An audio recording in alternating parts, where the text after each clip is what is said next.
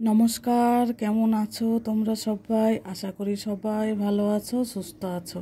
তা সকালে ঘুম থেকে উঠেই দেখো আগে বাসনগুলো আগে মেজে নিয়েছি, তারপর উঠানটা ঝাড়ু দিয়ে নিয়েছি। আজকে জানো রান্নার চাপ নেই, যেহেতু তোমরা তো জানো, যারা আমার পুরনো বন্ধু আমার ভিডিওটি ডেলি দেখো তারা তো জানোই আমার বড়মা শাশুড়ি মারা গিয়েছিল, আর 15 দিন নিরামিষ খেয়েছি। আজকে সেই আসমুক্তি, তাই আমরা সেখানে নিমন্ত্রণ খেতে যাব। তার জন্য দেখো সকালে রান্নার চাপ নেই, শুধু সেদ্ধ ভাত করে দেবো, কর্তামশাই খেয়ে কাজে চলে যাবে। তার জন্য দেখো সকালে ঘুম থেকে উঠেই আমি সব কাজ সেরে নিতে পারছি। ওদিকে তো দেখলেই বাসন কোসন মাজা হয়ে গেছে, উঠোনও ঝাড়ু দেওয়া হয়ে গেছে, তারপর বিছনাটা আমি গুছিয়ে নিচ্ছি।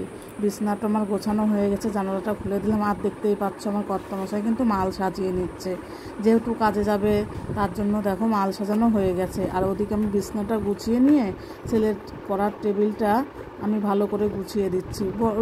ডেলি গুছিয়ে দিই, কিন্তু তাও ছেলে যেন অগোছালো করে ফেলে। যেহেতু ছোট মানুষ তো বই খাতা নিতে হয়, সময়তে তাড়াতাড়ি পড়া থাকে, স্কুলে যায় ঘুম থেকে উঠেই, তা ও তো আর পারে না, সেগুলো দেখো আমি করে দিচ্ছি।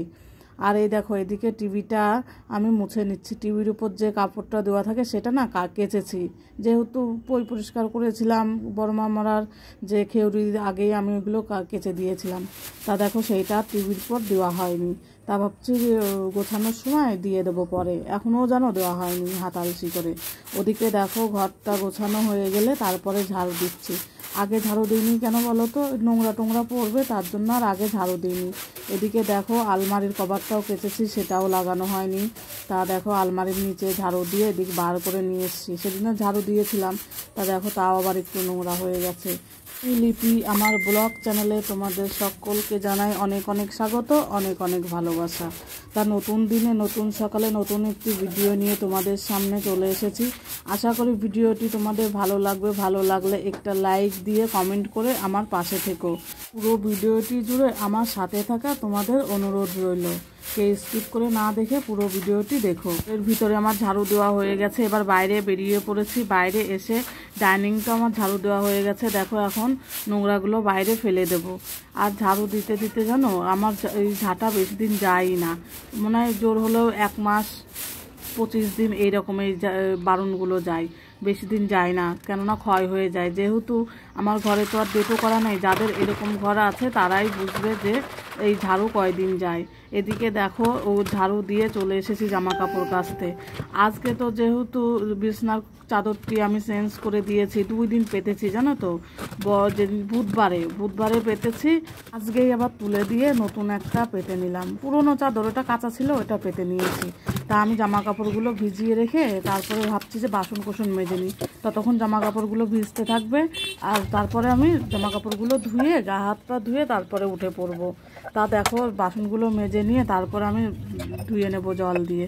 আমার এই কলের এইখানটায় যেন রোদ্দুর লেগে যায়, শুধু সকালবেলাতেই রোদ্দুর চলে আসে, তার জন্য কাজ করতে একটু অসুবিধা হয়। এখনও রোদ্দুর আসেনি, এখনই চলে আসবে, তার জন্য সকাল সকালে যদি করতে পারি ভালো, না হলে আমার খুব বেলা হয়ে যায় জানো। এদিকে দেখো বাসনগুলো আমার মাজা হয়ে গেছে, এখন দেখো ধুয়ে নিচ্ছি। এদিকে তো কর্তামশাই খেয়ে কাজে চলে গেছে, সেদ্ধ ভাত করে দিয়েছি। আর ছেলে জানো তো বাড়িতে নেই, ছেলে স্কুলে গেছে, যেহেতু মর্নিং স্কুল হচ্ছে স্কুলে গেছে। আর এদিকে দেখো আমি বিরাসটা নিয়ে ঘুরে ঘুরে একটু দাঁতটা মেজে নিচ্ছি। এরকম তো আমার সকালে সময় হয় না, আর এরকম ঘুরে আমার দাঁতও মাজা হয় না, তার জন্য আজকে ভাবলাম একটু হেঁটে হেঁটে দাঁতটা মেজে নিই। দেখো দাঁতটা আমার মাজা হয়ে গেছে। এদিকে দেখো মুখ হাত পা ধুয়ে নিচ্ছি। মুখ হাত পা ধুয়ে নিয়ে তারপরে জামা কাপড়গুলো কেচে নেবো। দেখো বললাম না রোদ্দুর আছে সকালে, এই দেখো তখন কিন্তু রোদ্দুর ছিল না, আর এখন দেখো কী হারে রোদ্দুর লেগে গেছে। কিন্তু রোদ্দুর লাগলে আর কী করা যাবে, কাজ তো করতেই হবে, গরম হোক শীত হোক, আমাদের কাজ তো আমাদের করতেই হবে। সবার ছুটি আছে, কিন্তু আমাদের মতো গৃহবধূদের কোনো ছুটি নেই। সবারই দেখবা একদিন হলেও ছুটি থাকে, কিন্তু আমাদের কি ছুটি আছে বলো? আমাদের মতো সবারই কিন্তু ছুটি নেই। ওদিকে দেখো জামা কাপড় কেচে আমি গা হাত পা ধুয়ে নিয়েছি, গা হাত পা ধুয়ে নিয়ে বাসি কাপড় কেচে একেবারে ছাদে চলে এসেছি। আর সকালবেলায় দেখো ছাদের রোদ্দুরের খুবই কিন্তু তাপ, তা ভালোই লাগছে। সকালবেলা রোদ্দুর হলে আর কাছাকাছি করলে যেন রোদ্দুর হলেই ভালো, নাহলে মনের ভিতরেও ভালো লাগে না। কিন্তু রোদ্দুর হলে কি হবে, একটু পরেই প্রায় ওই 10টা-11টা নাগাদই যেন বৃষ্টি চলে এসেছিল। তা ওদিকে তো সেরে সুরে ছাদের দিকে চলে এসেছি, তারপরেই দেখো আম মুড়ি খেয়ে নিয়েছি। বললাম না বৃষ্টি নেমে পড়েছে, ওই দেখো 10টা দিকে এদিকে বৃষ্টি হয়েছিল। তা আমার জামাকাপড় প্রায়ই শুকিয়ে গেছিলো, যেহেতু সকাল সকালে মেলে দিয়েছিলাম। মেঘ কিন্তু ভালোই করেছে, দেখিয়ে দিলাম। তারপরে দেখো এদিকে আমি কাজে বসেছি। এবার ছেলে এসে বলছে, মা টাকা দাও, খাবার খাবো।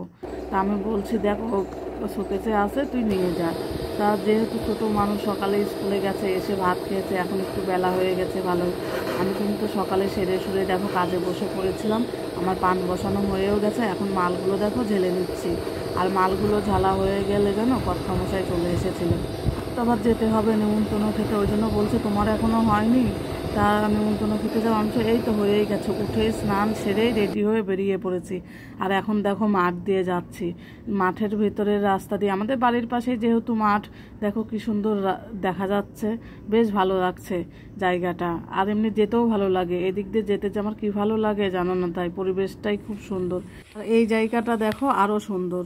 তা বাড়িতে চলে এসেছিলাম, বাড়িতে এসে দেখো যে খাবার শেষে যে হজমোল্লা দেয় সেইটা দেখো গোপালকে দিয়েছি, সেটা খেয়ে বলছে টক, তাই বলছে।